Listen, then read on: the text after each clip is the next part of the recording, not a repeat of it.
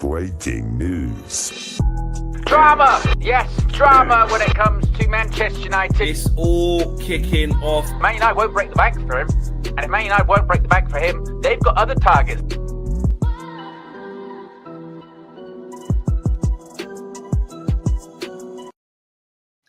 Ruben Amorim has made it very, very clear. His intent has been made that he wants a midfield duo of Carlos Baleba and Adam Wharton. Can Man United get at least 50% of that duo in this window? We're all in for Carlos Baleba, but we're hearing talks of 100+ million, which we knew was going to be the case. Let's be real. Steve Parish at Crystal Palace ain't going to be much lighter, especially because they might lose Mark Gahey. They might lose Eze. They're trying to keep hold of their best players as well. But can we get at least one to revamp this Manchester United midfield? I'm loving the links. Links is one thing, but it shows intention. But we have to go after these players. And the rivals will do all of this. You can't do that. Look at these views from the 15th. How are you going to get these guys? You got no money. We don't care what they say. We're showing intent. And I'm saying we need to be pushing and pushing and pushing to get at least one of them. But the mere fact that the club is looking at both for the future shows me we're actually starting to have some serious targets and be invested into the targets that actually will improve us, age-wise, profile-wise, attribute-wise. Will we get one of them? Let me know what you guys are saying, man. Smash the like on the video, subscribe to the channel. If you are new, we've got a lot to talk about. Yes, this Wharton as a Baleba alternative, we're going to get into that. If we can't get Carlos Baleba, there's some talks that Man United may turn their attentions to Adam Wharton, which we'll discuss, but will also be a very difficult deal to do. Omar Barada has had a staff meeting. There's been some revelations in that as well. So we're going to talk about that and some outgoings, everything else in between. And of course, the lead up.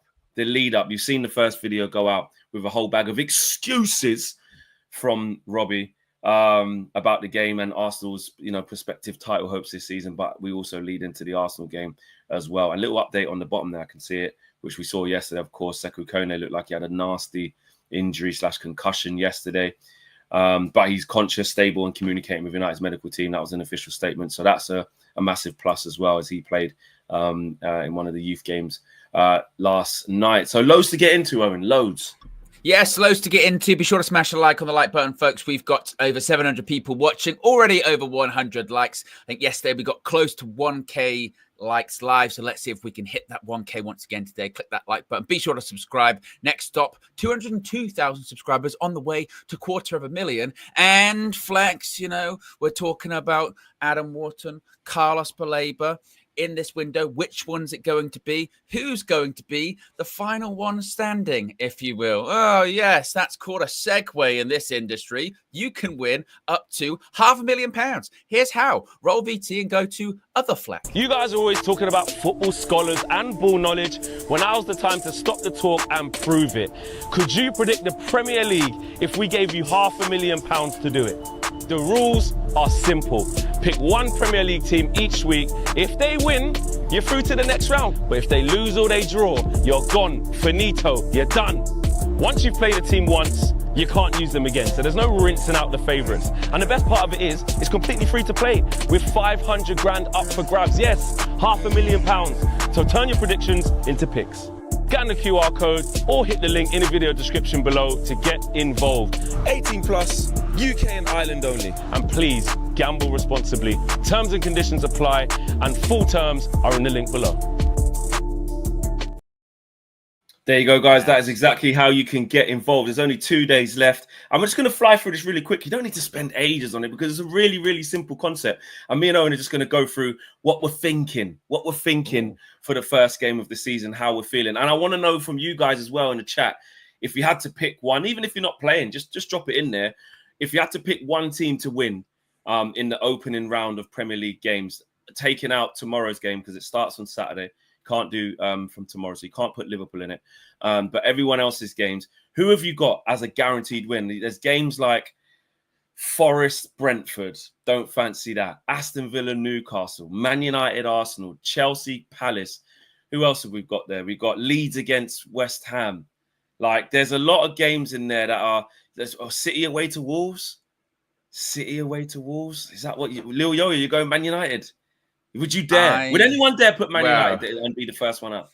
That is backing your team, in fairness, isn't it? That is really supporting your team. No, I'm going to go with Sunderland. Hyper Shane's right there. Sunderland is my pick, which is, you could say, well, that's a gamble, newly promoted side. Ooh, don't know about that. But I feel like Sunderland at home to West Ham might be a bit shrewd, because then after that you get into, how many games are they actually? How many games are they going to win after that? Exactly. But if they do get that win, you're saving stuff for future. And you can't even. The reason why I disagree with going for that, that's true. You can't use Liverpool. Sunderland will survive. The thing is that the problem with the promoted teams is they, especially ones that spent a lot of money, you have to have a look first. You have to have a look first. Yeah. I need 5 to 10 games to start having a look at them, and then I'll start backing them against the teams around them first. I think they lost every game in pre-season as well. I want to say. Yeah, and if you know a bit about Sunderland last year, they were miles off, like going up, like in terms of still. Their squad was the worst. Granit Xhaka, what? Since when has Granit Xhaka become? He's going Granit Xhaka. It's good for Arsenal. I'm going. I've seen Spurs last night, and this is why it's good, because you can change your picks all the way up until Saturday night.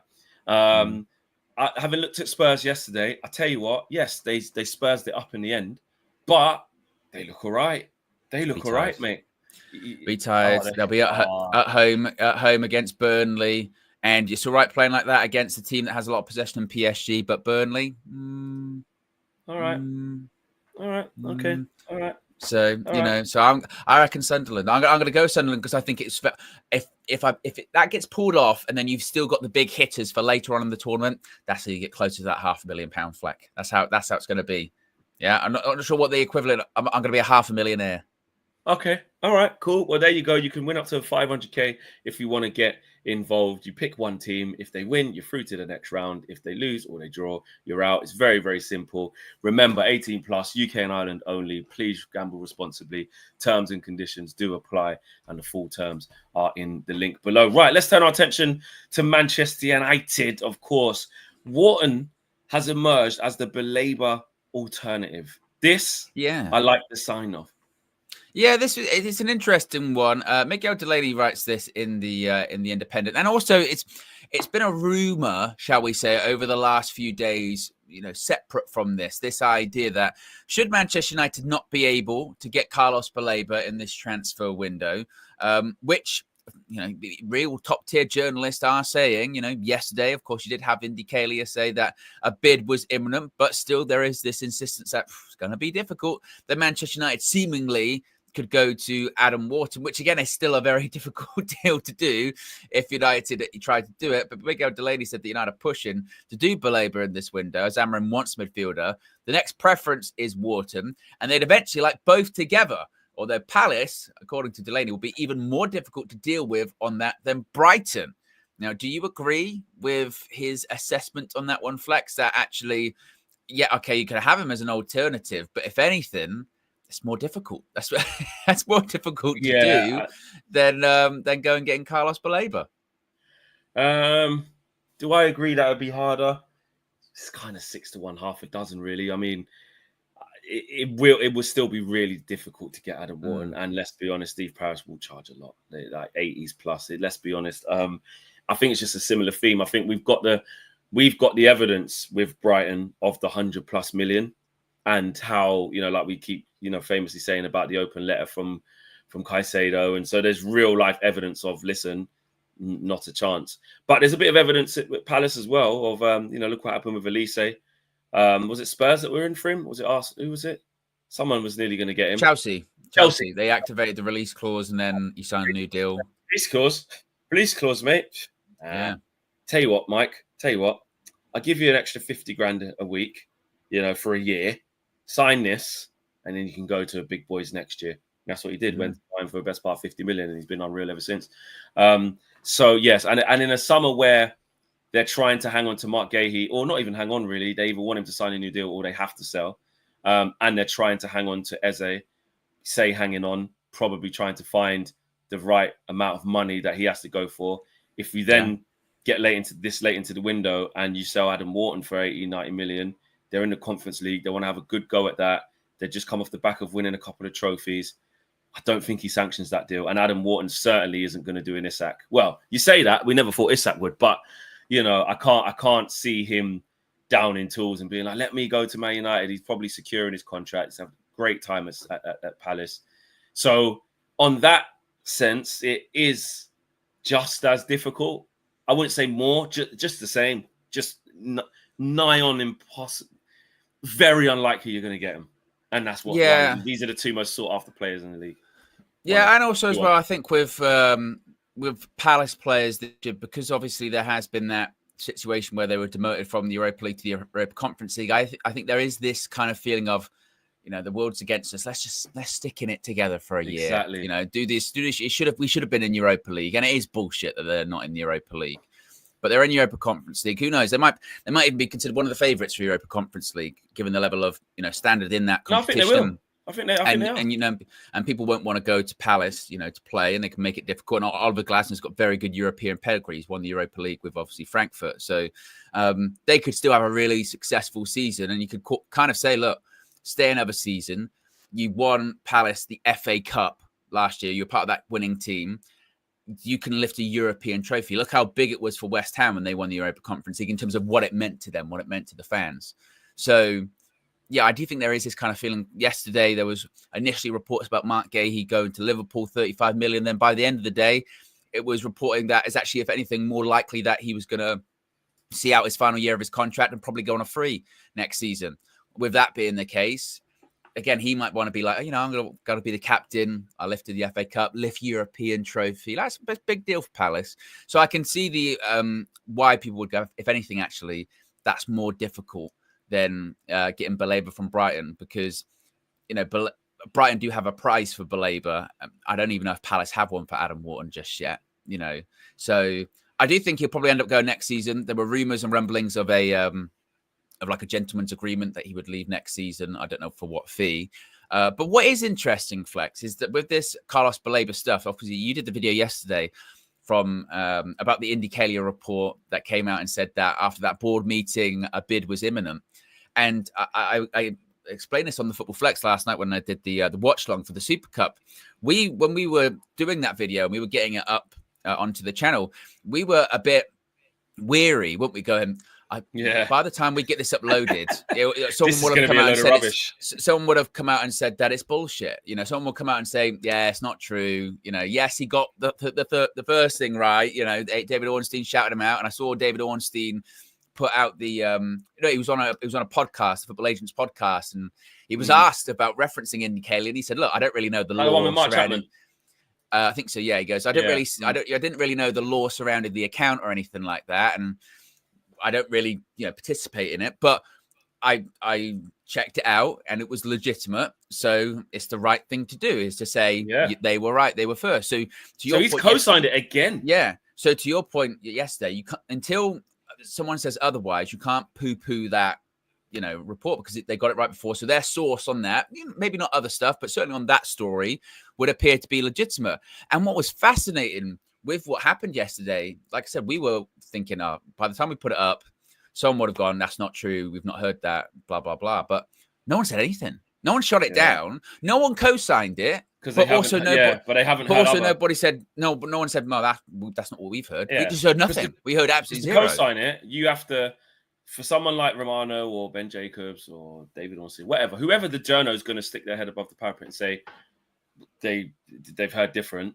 you have to have heard different or the same. You have to have had your connect that you trust go, that thing that's over there, I'm telling you, yeah, that's true, that. Or just separate to that information, yeah, Man United will be bidding soon. Just got it through from, because that's how it goes. You trust your source. You know what I mean? Say Owen's my source, but James at the Muppeteers has a different source. James goes with it early. I don't just jump until Owen comes to me, who's my guy in the club or in the know, and says, yeah, Fleck, I've been doing a bit of digging. Listen, Man United are going to be making a bid. And then I go, it's confirmed, Man United. Do you know what I mean? That's really interesting as well, Flex. I don't know if you saw this, but Coy mentions it in the chat. And this is true. So Leone got a here we go to Liverpool yesterday from Romano. And Indicalia said, oh, it's a done deal 10 minutes before or something that Romano went with. Here we go. Yeah. Everyone wants it. So everyone once again went. Everyone went, that was. But they're not giving Indicalia the props for that, because it's Romano is the biggest thing. Yeah. But like it was like 10 minutes before. So it was like everyone went, well, and once again, it's one of those ones of like, well, I think most people knew he was going to end up going to Liverpool anyway. How difficult is it? But the timing, that is interesting. The timing of that is interesting. So I don't know. I don't know. Like you said, until someone says otherwise, until someone says that's not, that's not true, or he's full of shit, I don't know. I'm not sure. I'm just staying with my energy of keeping consistent with what I said I'd do, and I said as soon as that indicator thing happened, and Ornstein, co-signed it, and then has gone on to co-sign it again. I just said I'm just going to listen. I'm going to listen or take note when they speak. Doesn't mean, look, with anything, it doesn't mean, like I said in the video yesterday, it doesn't mean it's 100% going to happen. It doesn't even mean 100% we're imminently going to bid. It's just what they said. They said that, and they were the first ones to even get it right, that we even wanted to get Baleba, which is definitely a fact. So until it's shat on and they, have a painstaking death of like, right, they've been exposed. Right, okay, that was good while it lasted. I'll be there for that. If that happens, that happens. And I'll go, right, well, they had a good run. But until that happens, I'm just going to take it as they're reliable. Like Indicator is a group of journalists. It's not tier one person, says Araya. Fair enough. We have to understand a little bit more about them because, again, I don't know too much about them. I'd never even heard of them of the parody thing before. I'd never heard of this account. Well, what is interesting now is because they've got that co-sign from David Ornstein, they are really trying it with the David Ornstein stuff. Like they respond to like everything he says. So again, that kind of makes you go, oh. So like you said, it could be a thing where it is legitimate, and there's like conspiracy theories of like some people have taken over the account and bought it because it had a big following and now it's become legitimate. Other people are like, it's just one of those things where a broken clock's right twice a day. In this case, they threw something against the wall, it stuck, and they got a cosign, and they're like, right, let's try and make something of it, and be like, and then I suppose like with this, but then with what happened yesterday with the Liverpool signing, that kind of was right too. So they threw something else. I mean, maybe it's pure luck, and they've just happened to, they're playing a game, they're rolling dice, and they've rolled, 2 6s a couple of times in a row, and everyone's gone, bloody hell, that's pretty unlikely. But it might just be that it's unlikely. So I don't know. But until we're told otherwise, until it's this is the Baleba thing's not true. And it's in the absence of information, I suppose you gotta go with a little bit of hopium, maybe. Just I don't know. Just until it's dead in the water, Owen. Until it's dead in the water, it's there. And actually, at the moment, even if you want to move away, because this is why we have to remember, okay, everything's focused on Indicator right now because they were the ones to break it. Let's just drop them out of it because you're like, I'm not really sure about them. They might have got it right, but come on, that one trick pony, one season wonder. Fine, if you think that, let's just focus on Ornstein. And the last thing Ornstein has said to us is that Man United are trying through intermediaries. A lot of other journalists have backed that up with the interest being there. And even like this, until Ornstein says a deal now off the table for Brighton's Carlos Baleba as Manchester United not willing to pay X, Y, Z, and Brighton makes stance clear of not selling the player. Until that is said, then we're here. There you go. Even if you don't fancy the Indicator thing and it makes you feel a bit uncomfortable, stick to your tried and tested tier one who didn't as per Indicator. So it all links. Whichever way you look at it. And I'm not sitting here thinking these Indicator guys, I know wicked, everything's gonna be perfect. They're saying it, we're gonna get him. I don't know. But the biggest and the best in David Ornstein is on this train. He's on it. Yes, he's used words like unlikely or I think Laurie used the word improbable. These types of words have been floated around, which is why we're like, probably won't, but it hasn't been X'd off the list yet. So no. Let's be here. And then this new thing today was about Wharton, actually, which, to be fair, to bring it back to that, I saw actually in that thing what Miguel Delaney wrote, he suggested a situation of 80 plus some add-ons. Now, that might not be enough to get Carlos Baleba, but 80 plus add-ons might be enough to get Wharton. Maybe. I mean, what is quite interesting as well when it comes to all of this is just like you said before. It just feels like that. As much as we're told all the time by big book journalists like Ornstein and whatever, that it's unlikely, it doesn't go away. That's why this one is really, really curious. And also, but as well, when it comes to big journalists, they get things wrong as well. I remember when earlier just a few months ago, remember we did that live episode of the Trinity with the Mbumo one. Second bid's gone in. Man United have put the second bid in. Then by the time we finished, Ben Jacobs tweeted out, "Oh yeah, by the way, slight amendment to that. A bid hasn't got in." And it was slight amendment. It's never happened to it, hasn't, mate? Exactly. That's not a slight amendment. So, these journalists can get things wrong as well. So we shall see. We should also see, Flex, that we are nearly at 400 likes. We're at 383. We've got over 1,700 people watching so far this morning. So if you haven't already, click that like button and be sure to subscribe because the Premier League season is underway tomorrow, Fleck. Starts tomorrow. Liverpool versus Bournemouth. I'm going to be live on the Football Fleck for the curtain raiser, as it will. Yes, and then we're playing on Sunday. Oh my goodness me! Yeah, this is. Oh mate, it's all about to start again. I just really hope that Benjamin Sesko will start. We'll talk about that a little bit later, actually, because we're going to talk about the lead up into it. There's going to be a press conference tomorrow as well. How do we think that's going to go? Etc. So as Owen said, guys, please smash a like. The counter is ongoing, 201,000 subscribers with 539. And guys, members, use your perks, guys. Use your perks. I haven't seen any of you yet. A members chat, you get your priority. Use your members chats. If you want to get your super chats in, please do. Those will get read out. And also in the chat as well. Let's go through some of you guys in the chat, see what you guys are saying. Tabrevs. Oh yeah, I'm going to message you as well, Tabrevs. I ain't forgot, bro. I ain't forgot about you. He knows what I mean. Tabrevs says one game I won't be watching. You won't be watching Liverpool. I'm going to watch it. Going to watch with open, keen eyes. See, you got to see what everyone's dealing with. Skiliano says Wharton.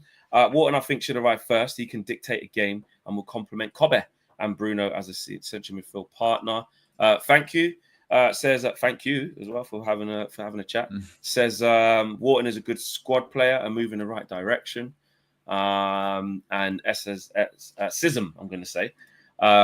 Says Indy has said a Baleba bid is imminent. That's what we spoke about yesterday. Any others here from there? Show says got my own football fantasy Premier League. There you go. There's the code if you want to get involved. Is that the code? Yeah, 6 weeks. That must be the code. Yeah. So if you want to join Show's fantasy Premier League, there you go. Go join it on the official app, right? We did have a UV one, which I'd assume is the same code as last year. Hilariously, last year Josh gave the code out a week late, which kind of sums up the whole thing. So if you were in it last year, I would think you are still in it. For those, if you're watching Josh, either just appear in the chat or something, or the graphic will probably be the same. I would think. Yeah, maybe. Why not? Just probably got to change it from 24-25 to 25. Yeah, exactly. But if not, I will speak to Josh about that today. Look out for that. You can scan the QR code there right next to Owen's head to join the members club. There's a whole lot of. Yeah. Do we say? Yes. Yeah. So this year with the match view and memberships on match day, you get a little bit more bang for your buck, Fleck. Yeah. I've heard that saying before. Yes, because previously one of the match day perks of being a member was you could call into the full-time view. Now, unfortunately, the full-time view has been cancelled, Fleck. It is gone. It is over. Yeah, I know. I'm sad about it too, because it's been replaced by something even better. Now, if you're a member, you can call in before, during, and after the match view. Yes, you can call in during the match. He's been done, and then you can call in during the match. So if KG's doing a madness, or Marcel's doing a madness, Flex doing a madness, I'm doing a madness, you can call in and go, what we can do? Where is it? You can literally do that. Hold on, wait a minute, Flex. And say, You're bang out of order with what you just said there. You're bang out of order. I can't believe that. If we're winning, we've done this miraculous comeback, we can all celebrate together and be like, yeah. And basically what we're going to do, instead of stopping the match view and then going over to the full-time view, after the match, we are going to be live for an extra hour, and the full-time view is going to be incorporated into the match view. So after the match, of course, we'll have a little bit of discussion for 15, 20 minutes as we do usually. And then after that, KG goes a separate way. Flex goes a separate way to record their fan views, Flex's view, player ratings. I'll still be on the same stream. You don't have to go anywhere, and you can call in and you can have your say as well. Like you will be able to during the pre-match. Once the team news comes out as well, when the team news comes out straight away, I can be like, right, guys, members, what do you think of this? And we'll get you up on the sidebar as well. You can have your thoughts. It's going to be great. So it's going to be bigger and better. And 100%. That's what we do here at United View. We're always like Lil Yo-Yo says, that's going to take a lot of management, Owen. I like it. And King, to be fair, he says two things. King in the Indies. The first thing he said was, oh no, that was my show. But then he's come back and says, but this sounds good as well. So I'm happy. And that's just it. A massive, massive change. A way for you guys to just get involved. There's not one bit of the show. There's not one bit of the game. There's not one bit of emotion that you can't share alongside us, with the likes of KG and Owen on the match views when I'm at the games. And obviously for those away games, I'll be here as well. So, you get to call in and, you can call out the bullshit straight away. You guys are seeing us arguing. You're seeing us having back and forth. And usually the chat say, nah, you're having a madness, nah, this, that, and the other. Now you guys can call in as well. So, yeah, we wanted to make sure we're giving the members something really, really good for this season, especially with how crap last season was in terms of as a football fan. But we have to keep evolving. 200K as well, new ideas. Also, Owen, there's another new show that's on its way as well.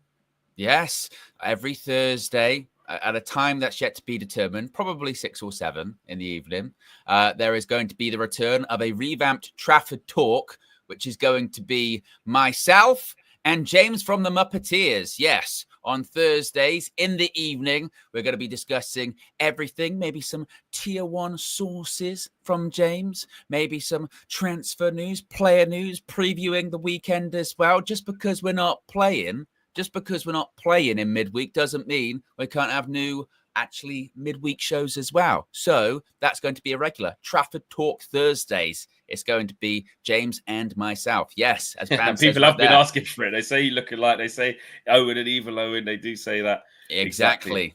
The doppelganger situation. I know, Kenny. Today is first. Not today, though. Not today.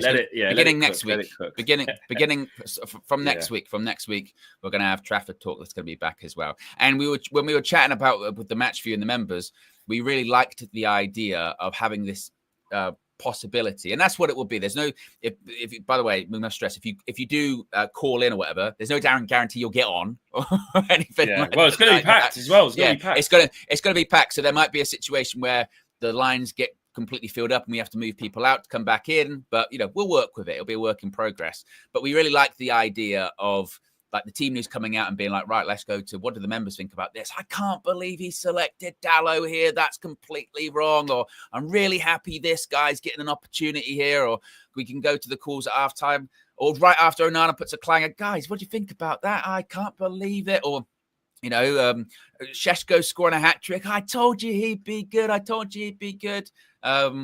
It's just a better way for us as the community, as it gets bigger, to get closer. Sometimes you don't want to have a situation where we're getting bigger and we're getting further apart. You want to get closer, be able to interact more and give more back to you, as you're the reasons we're here in the first place. It's your channel as much as it is ours. Exactly. A lot of people with a lot of positives there. V says, love that Owen and James are teaming up. There's a lot of people saying, wow, this is brilliant. This is what we want to see. So for members, you talk about your perks. Like I say, use them, enjoy them. You guys, support the channel and want those perks as well, and show that. So yeah, we're giving a bit back to you guys as always. So enjoy it. And also for members, there's a lot of UV Raw stuff coming your way as well.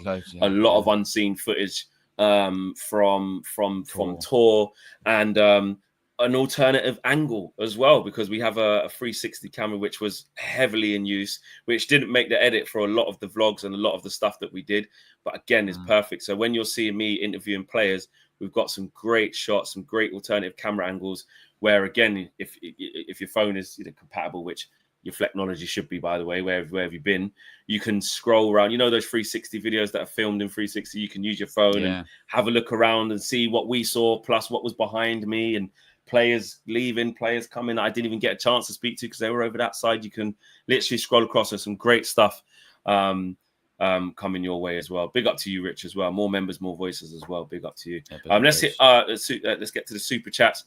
Super Arch says speedy recovery to Sekou Kone. Yes, we touched on that at the beginning of the show, and it is there underneath your super chat there. Sekou Kone is conscious, stable, and communicating with United's medical team.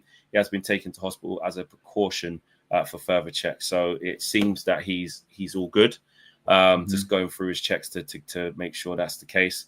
But yes, hopefully he makes a speedy recovery and he can get back to playing and ignite his Manchester United career.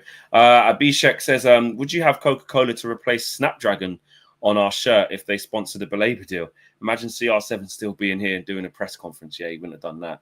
But Coca-Cola on the front of the shirts, I'd absolutely have that. That'd be a sick sponsor. Well, it was interesting because Coca-Cola specifically was someone that Sir Jim Ratcliffe, when he opened Carrington, the new Carrington, referenced as one of the strongest brands in the world. He said Manchester United is one of the best known and strongest brands in the world, like Coca-Cola. And he also mentioned Apple. And a lot of people have mentioned Coca-Cola. A few days later, we got a sponsorship. So when's this Apple sponsorship? Could the Apple Imagine Arena, just having a big Apple symbol in them. Oh, that'd be sick. Or the Apple Stadium, get the stadium naming rights. Well, maybe. I'm all on that. Maybe. Little Apple maybe. bitten into on the corner. Maybe. I'm on that. Aminor says, is it like KG Reckless channel but with a UV logo? Well, to be fair, like Owen said, it's a revamp of the already existing call-in show that was already there. We've just extended it into the match view, to be fair. Wanted to make it bigger and better. How do we marry those two things together? And longer. And longer, So we just wanted that match day experience, just because, and this is someone, but even before I got into this, it's like on a match day, sometimes you're jumping from video to video, stream to stream. You just thought, you know what? You just have to tune in once, that's it. You don't have to worry about anything else. You can go back to it. And as mentioned from a member, for your support, you get more for it. So yes, I'm very excited about it. Very, very excited. Yeah, exactly. And it's, just so you guys know, we've got just under 400 of you that are members as well. I'm just double checking what's going on here, just looking at the stats. There's just under 400 of you that are in the membership. So there's an awful lot of you that have paid for memberships as well that should absolutely be getting this chance to do this. And like I said, it was in the full-time view, which was always since the whole time. But now, members, nearly 400 of you. Owen, you might be busy. We're going to be busy in these match views, but it's over 400 of you. Just under 400 of you calling in is going to be a madness. But why not? You're all there match days. Let's do it. Aminor Rashid says, can I call in and question Marcel's belief in numbers? You can call in and ask what you want within reason. Yes, absolutely. Yeah, especially you, Aminor. Yeah, exactly. Yeah, especially you. Right, let's move it on a little bit. There was a staff meeting that took place, and Omar Barada has been handing out cups. Yes, this is really actually an interesting article. It's a Laurie Whitwell special, I must say. And one of those ones where Laurie goes really in depth, writes about something really real details, nitty gritty. Yeah, and he basically said that on an indoor pitch in Manchester United's academy and women's building on Monday, CEO of Manchester United, Omar Barada, addressed the club staff to mark the beginning of a new Premier League season. Now, there's quite a lot that comes out of this, but Barada issued a new set of 3 core values to underpin their work, describing this particular treble as very relevant to United's history and their future. The 3 words, you can see them beneath us. It is badge, bravery, and spirit. Now, bravery comes down to staying resilient in difficult times, he added, according to those people in the room. He explained that nobody should be bigger than the badge. He implored people to engage in the same spirit that Sir Matt Busby and Jimmy Murphy had when rebuilding Manchester United in the wake of the Manchester United, of course, Munich air disaster. There was a video capturing United's heritage, accompanied Barada's talk. Eric Cantona and Roy Keane were invoked by Barada as examples, two legends who each possessed an uncompromising, combustible style. And of course, this is kind of echoed by Ruben Amrim's disclosure of Sir Jim Ratcliffe's aversion to bullshit recently in an earlier interview. Staff were even given these metal water bottles with badge, bravery, and spirit on them to take home as a reminder of the motto. And this is where it also gets interesting too. So, and I've actually had stuff like this before. If you've ever like worked in like big companies do this when they have their big sort of town hall work, meetings.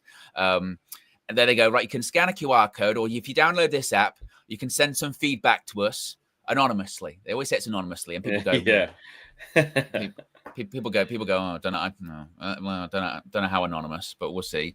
But basically, you can put in your responses. And the question was, what do you need to deliver on these three principles that we've mentioned? Now, in the main, the feedback was pretty benign, integrity, collaboration, hard work. Usual. Yeah, the colleagues then sort of discussed the thoughts with their people around them. Turn to your left, turn to your right. What do you think as well? But there were still nods to the realities of Ineos's regime, which has made a third of the workforce redundant, dramatically changed conditions through cost cutting. One reply was, quote, stop being cheapskates. Another reply was, and whoever did that, they better hope that it was anonymous, because my goodness me. Also then said, we have little trust in leadership was another. Now, complaints reportedly were made about senior managers having allegedly no influence over budget control and a lack of autonomy, while it was claimed that approvals process for spending was taking too long as they were making sure that the checks and balances were in place. Calls were made for the return of the staff restaurant at Old Trafford, which was removed by Ineos, and concern was raised that a relocation of employees to Carrington could cause a class divide between peer groups, plus the canteen at the complex being split into two between players and non-football staff. Barada on stage reportedly was reading these messages for about 10 minutes, and though the majority were constructive, his face appeared to react to each sharp critique.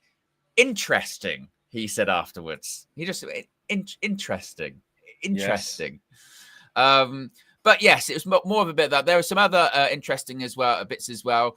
There was a bit that was said about Benjamin Šeško. He got a mention in the staff meeting by Jason Wilcox, Manchester United's director of football, said that Benji, his nickname, so get ready, Flex, when you see him. Oh, is that what they call him? Benji. Okay. Yeah, Benji. Right, remember that one.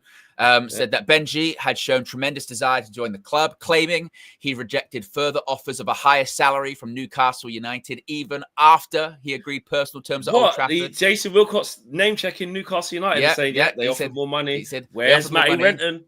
And also he's saying, actually, you know what? He not only did he have that, he'd agreed personal terms, and they still tried to offer more money. And he said no, he wants to go to Man United. And it says in brackets, a point disputed by people at Newcastle. I'm sure it's disputed by Newcastle. And if you're wondering if the new Manchester United striker is going to play against Arsenal at the weekend, maybe could he start? Well, he could, because according to Laurie in this article, Šeško played his first game for Manchester United on Sunday, all the way back on Sunday, featuring against the under-21s on the training pitch at Carrington. So the suggestion is that he does have minutes in him. Obviously, that's not competitive, minutes or anything like that. But still, that's pretty strong stuff in there as well. So maybe he just might be ready for that one too. And now the rest are kind of once again talking about just what's been going on over the summer. But another interesting part does come to Coca-Cola, as you mentioned as well.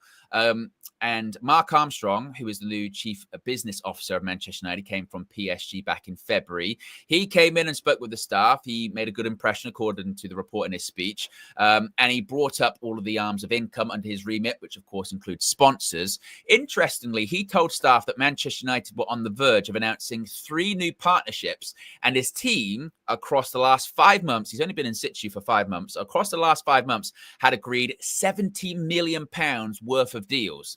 Now, one of the new names associated with Manchester United, of course, is Coca-Cola, that we spoke about earlier on, is the club's official soft drink partner.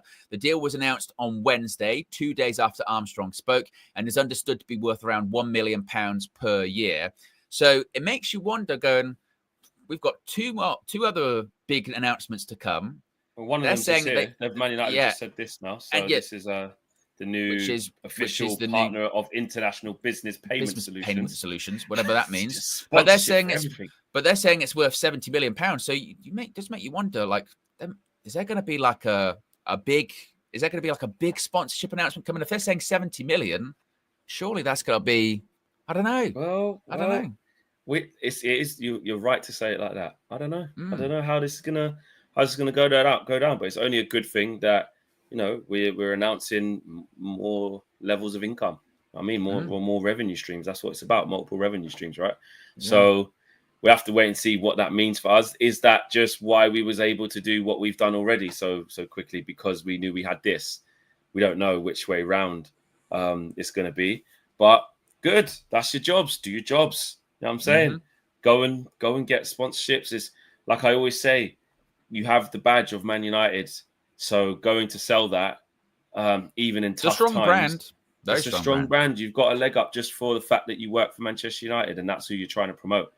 A lot of it's like when they say working in the car dealerships of like the prestigious cars. I've had friends who've worked in like different dealerships, like, I don't know, Mercedes, BMW, Audi. They go, don't really have to sell the car. Like, people going in there are like, I want an Audi or something like this. So it's not like, convince me why Audi's good. You know, there's minutiae in bits of it, but if you walk into that showroom, there's a chance you want that.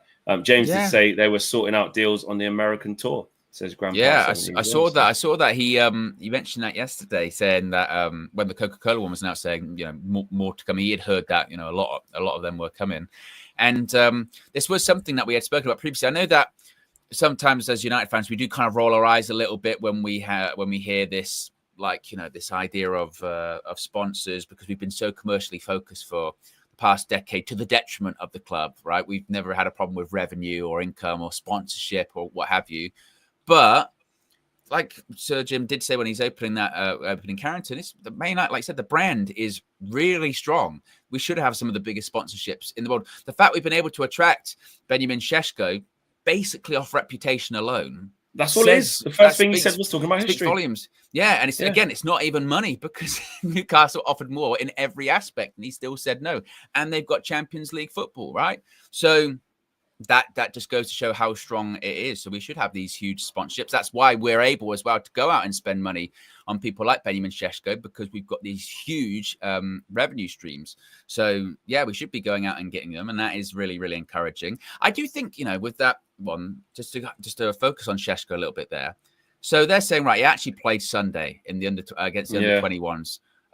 We don't know how long for or anything like that. Yeah, but plus a full week's training. Ruben did say this when he was talking about him last Saturday, when he went, if anything, our biggest issue with Benji is going to be that we're going to have to ask him to do less, i.e. he so wants to go. He's ready to go. He has played games for Leipzig in pre-season. He's had 2 batches of 45 minutes, which, look, PSG played last night in the UEFA Super Cup. That's the first game they played since the Club World Cup final. You just play. Just get in and play. Just play. Chelsea, they had 2 pre-season games in the space of 2 days. That's all they've had heading into this season. Exactly.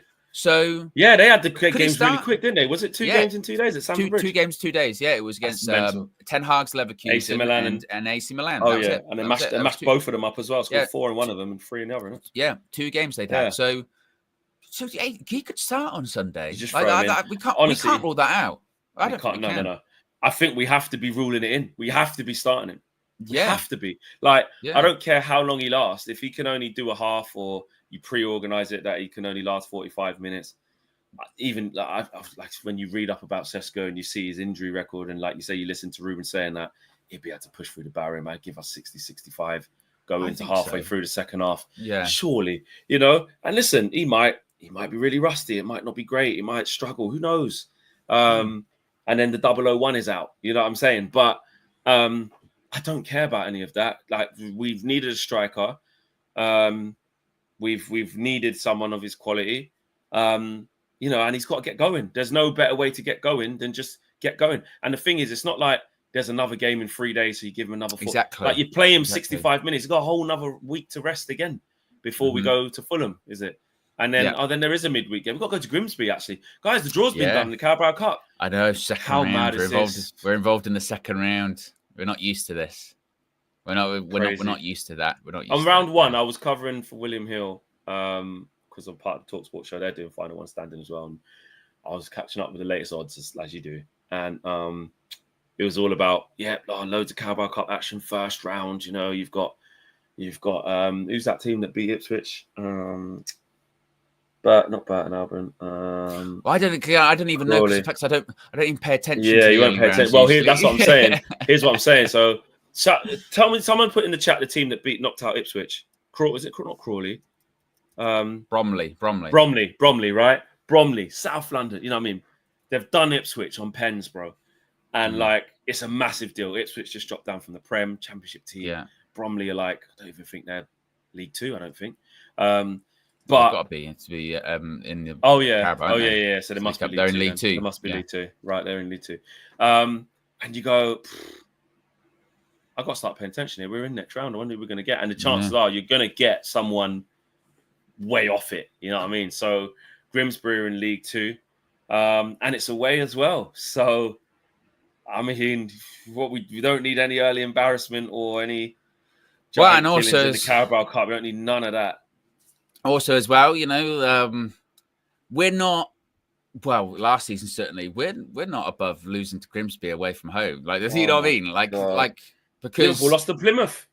Yeah, and more would have been made of that. More would have been made of that if Liverpool had a stinker of a season, but they won the league. Who cares, kind of thing. So, yeah, I mean, I don't think Ruben might play a strong team. It's because you can't afford to lose, really, can you? You know what I mean? So no messing about. So, against Grimsby, you should be able to be making. He'll rotate a bit, changes. But it will still play. But it's not like he's going to put out the under-23s or anything like that. No, it's not just going to be like Chido, Seko, Kone. No, he won't do that. No. But Diego Leon might get a start, maybe, or Cobby will probably start, ironically. Yeah, Cobby will probably start. Our second team is like you say, it's like Cobby, Casemiro, Maguire, Masraoui might be fit by then, Dallo. Yeah. Like Xerxes back in training, so Xerxes will get minutes. You know what I mean?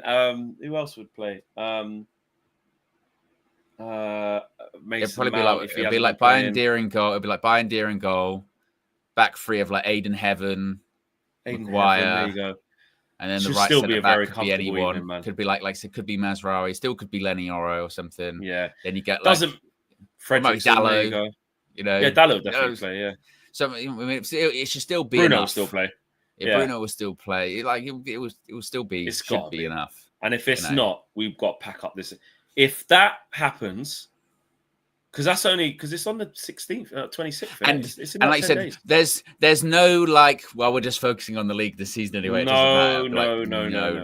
Going out to Grimsby is arguably sackable offence. Like if in the let's say third round, fourth round, or fifth round, whatever, we play a Premier League side and we go out, then I think it will be a little bit like, well, look, we are just trying to Premier League. We're not getting distracted by anything else this season, okay? But like you said, if we get a League Two side away from the second round, we haven't even made it to when the top teams got in. We didn't even make it until the big boys came in. It could be a sackable offence, bro. I'll be real. Like, it's that bad of a sin. You talk about sins of the past or sins that is right up there. Well, and like we were saying with because there was a lot. I don't know if you saw this as well last night. There was a lot of frustrated Man United fans watching that Super Cup game last night because obviously for 85 minutes, well, for 70 minutes, PSG were rubbish and it looked like Spurs were going to win. Probably even longer. They got their first goal in 85th minute, didn't they? 85th minute, yeah, another European trophy.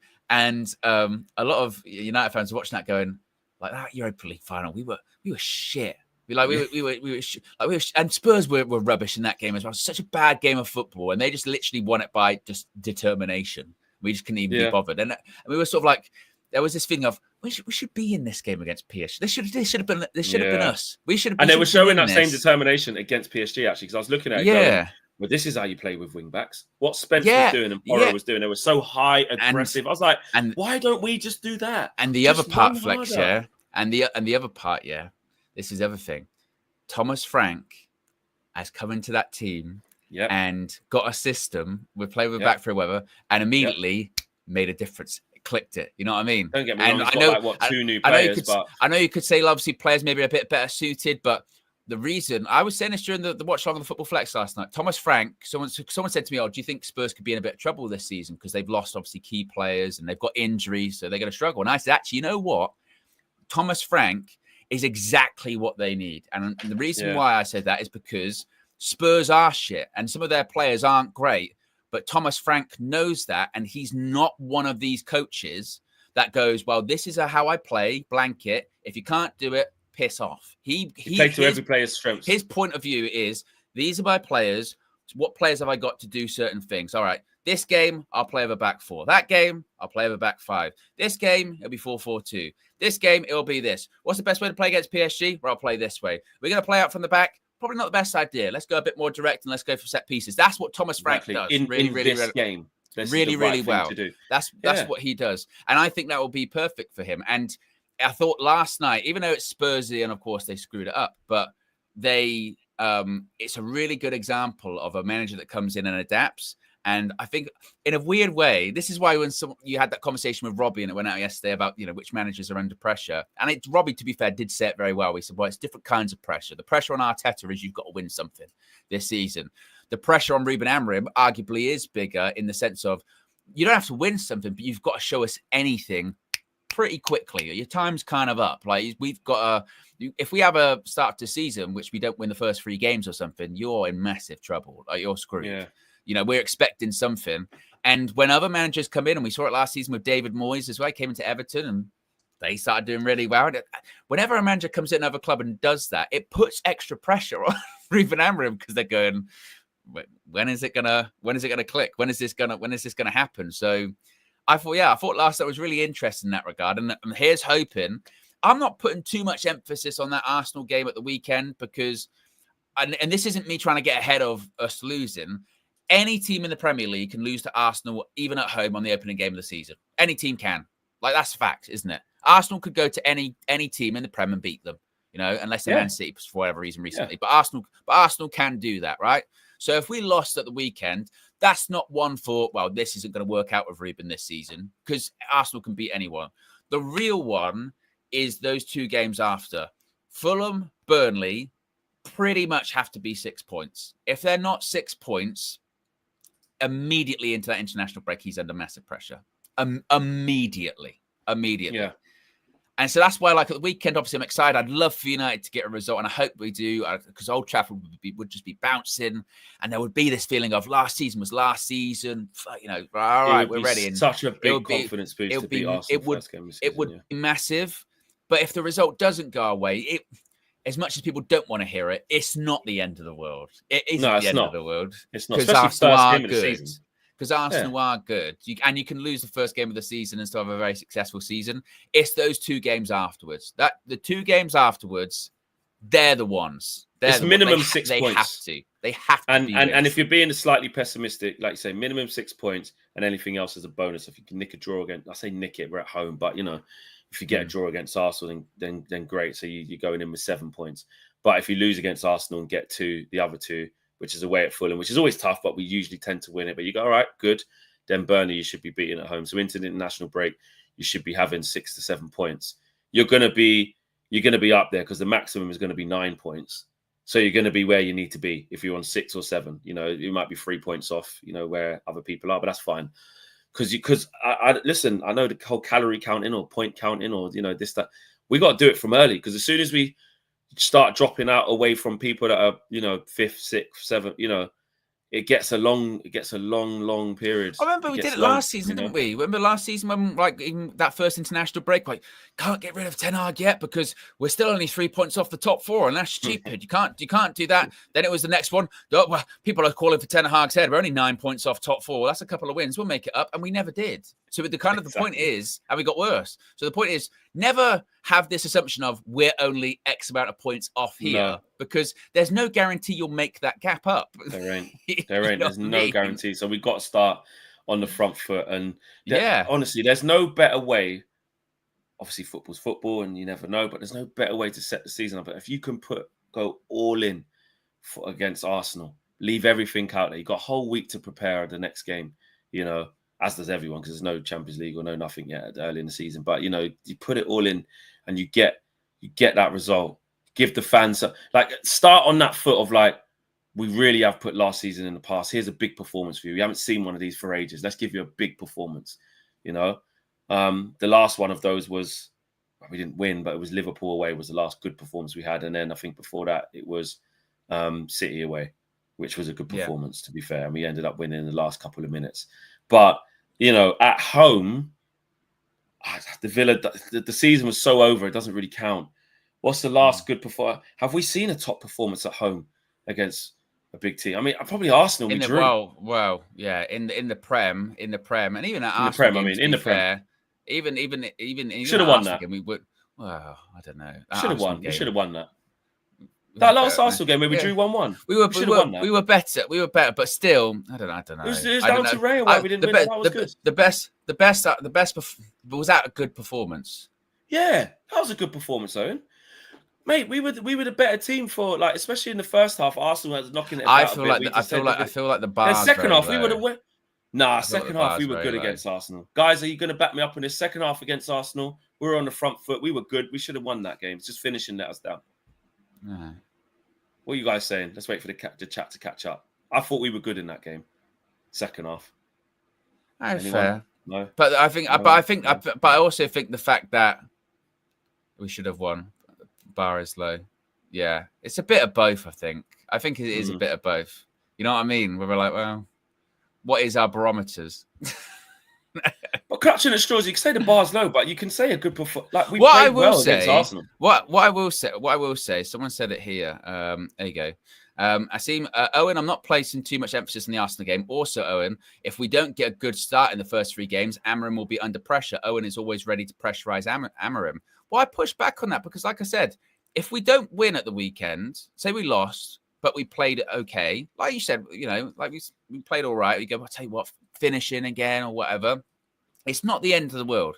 There will be the inevitable meltdown because we drew a pre-season game against Everton or we drew against Fiorentina last weekend and everyone went mental, like proper mental. And I said that was way over the top, the reaction for last weekend. If we lose to Arsenal or we drew against Arsenal, it will be worse because that's what we do. But it's not the end of the world. When like the real time to scrutinize will be those 2 games where you're expected to beat Fulham and Burnley. You will have to. And by the way, this isn't me going like I'm putting pressure on Ruben Amorim. Newsflash: you're the manager or head coach of Manchester United. Last season you finished 15th, and now you've had a brand new front 3 put in. The pressure is on. Make no mistake, the pressure is on. Not because I say it is, because factually it is. You know, you can't have your CEO Omar Barada coming out talking about these, you know, catchphrases, going badge, bravery, this, that, and the other. And then be losing against Fulham and Burnley. It doesn't match up. The pressure is on this season. If Ruben Amorim doesn't deliver, he won't be in a job this season. Facts. No. That is the reality of the situation. So it's not like I'm not waiting to put the pressure on. I hope, and I think we will get at least 6 points out of the first 3. I think we will. With the players, with the attack that we've got, that should be enough to get that done. And if he doesn't, questions should be asked because he's the head coach. Questions should be asked of everyone once again. So it's not hounding the manager out. It's like you say, Flex, it's accountability.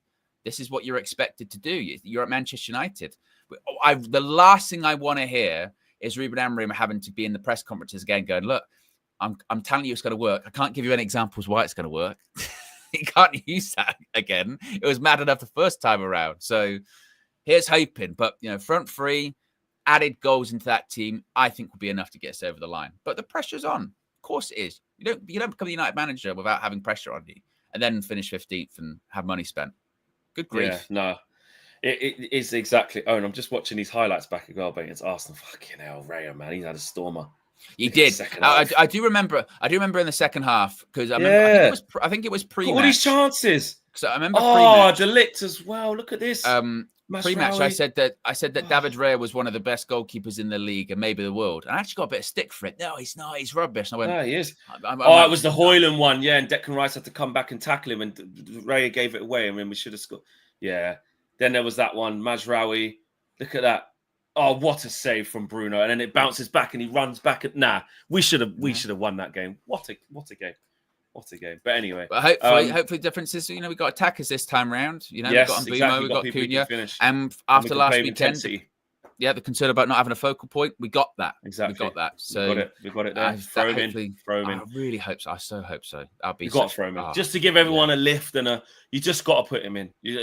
Just him being there will raise the decibels by 25-30%. Yeah. Already it'll be loud because everyone's up for it. First game of season. But just by having Šeško there and that new look front three, if he just puts it all out there and you've got Brumo in the right 10, Cunha in the left 10, Šeško up front, and then let's be honest, you just go Bruno and Ugarte, really. Let's be real. And then, with wing backs, you got Dorgu and Ahmad overlapping. Go Dorgu and Ahmad. And also as well, because we had so many last week where we could have and should have put crosses in the box, but there was no one in there. If you were putting those crosses in there, 6'5" Benjamin Šeško, even if he doesn't get his head on it, but he's just presence alone. Putting some elbows into like Gabriel. Because if we don't, you know what Gabriel and Saliba are like. If you just give them a false 9, mate. No chance. No, you can't have Mason Mount, competing against it. He'd have to play vacant, like dropping in the hole the whole time. And they can't do it. Can't go like last night, so it was Usman Dembele. That's how you play as a false 9. Even he was quiet for a lot in that game. But deep. Second half, he goes deep. He goes really. Yeah. And then second half, but he's the king of playing in that false 9. It doesn't look like there's anyone up front, but he's making stuff happen.